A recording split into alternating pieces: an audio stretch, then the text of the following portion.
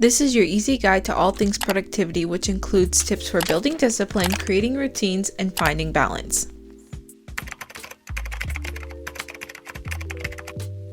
Good morning and welcome back to my channel. I'm Breezy if you're new here, and today's video is going to be all about how to be productive. I'm going to be giving my best advice for how I stay productive, and hopefully it's at least somewhat helpful for you. So I'm going to stop talking and we're just going to get right on into the video. The two main things I use to organize and plan out my life are my Notion and my bullet journal. And if I'm being honest, they're basically the same thing, as in I use them for basically the same thing, because I consider my Notion to be like a digital bullet journal, but I do still use them a little bit differently. With my Notion, I tend to use it for a little bit more like long-term planning, future planning. For example, I typically use it to make a weekly agenda so that I can see my week at a glance, and it's easier for me to see if I have any conflicting events, or if I need to move something from one day to the next, I can do so easily on there. I also use it to create my yearly goals and plan out my YouTube videos, because it's so much easier to have my content planning in one place, and it's just more organized and I can be more specific with the details. With bullet journaling, I use it on a daily/monthly basis. For each month, I create a new themed layout with things I want to track throughout the month. For example, I'll have a health tracker, habit tracker, I'll list my small monthly goals. Sometimes I'll even have a mood tracker or a bucket list depending on how I feel. But I also use it to write my daily to-do list with all the little tasks I need to complete throughout the day. And I love it because I'm able to be creative with it, and it's very customizable. Also, because I'm a little bit extra when it comes to planning, I also use a desk calendar, which is basically just like my weekly agenda I have on Notion, except it's just on my desk so that I don't always have to open up my computer to see what I'm doing.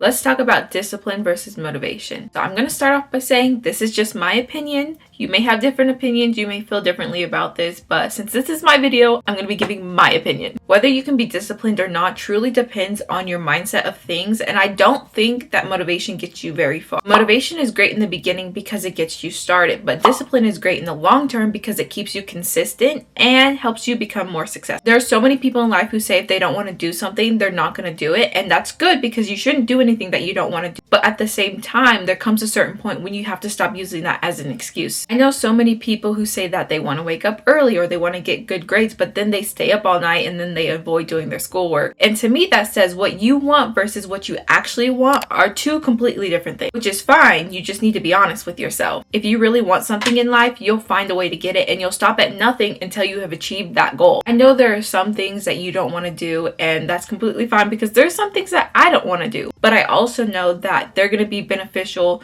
in the long run. So I just kind of suck it up and do it, and hopefully I don't end up regretting it. So my best advice for building discipline is to start slow. Pick one thing that you know that you can be consistent with, even on those days you feel like you don't want to do it, and then slowly add from there. I have found the best way to incorporate healthy habits into my lifestyle is by having a tracker so that I can track them, and also having some sort of daily routine. I know that I strive best when I have some sort of structure in my life, which is why I like having both a morning and night routine. And I won't lie, I'm not always the greatest at being consistent with both of them, doing my morning and night routine every single day, but I do try my best. For the mornings, I like to be productive because I feel like it helps me wake up and it makes me feel accomplished first thing in the morning, even if I do nothing else for the rest of the day. I'll usually do habits like making my bed, exercising and stretching, and making myself a healthy breakfast. For nights, I try to have a little bit more of like a cozier routine so that it helps me wind down and get ready for bed. So my habits at night are things like journaling or reflecting on the day, reading a book, cleaning my space, and sometimes meditating.